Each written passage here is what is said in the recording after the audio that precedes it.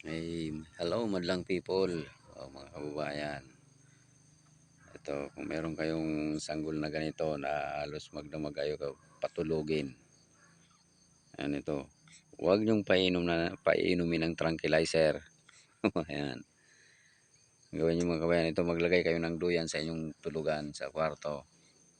Ito siya ngayon, oh. Napahimbing na yung tulog kung ayaw kayo patulugin magdamag. Yan.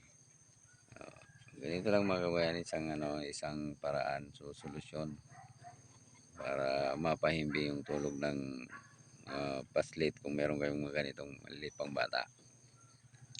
Yun. Hindi mga kabayan na gawin nyo to, effective to mga kabayan. Kung ayaw nyo matulog sa kanyang higaan. Yan. So, duyan mga kabayan, duyan lang. Maglagay kayo ng duyan. Siya napapahimbing ang kanyang tulog. Yan, salamat mga kabayan. So sa mga nanay at tatay dyan, ganito lang gawin nyo sa inyong bahay. So, sige. May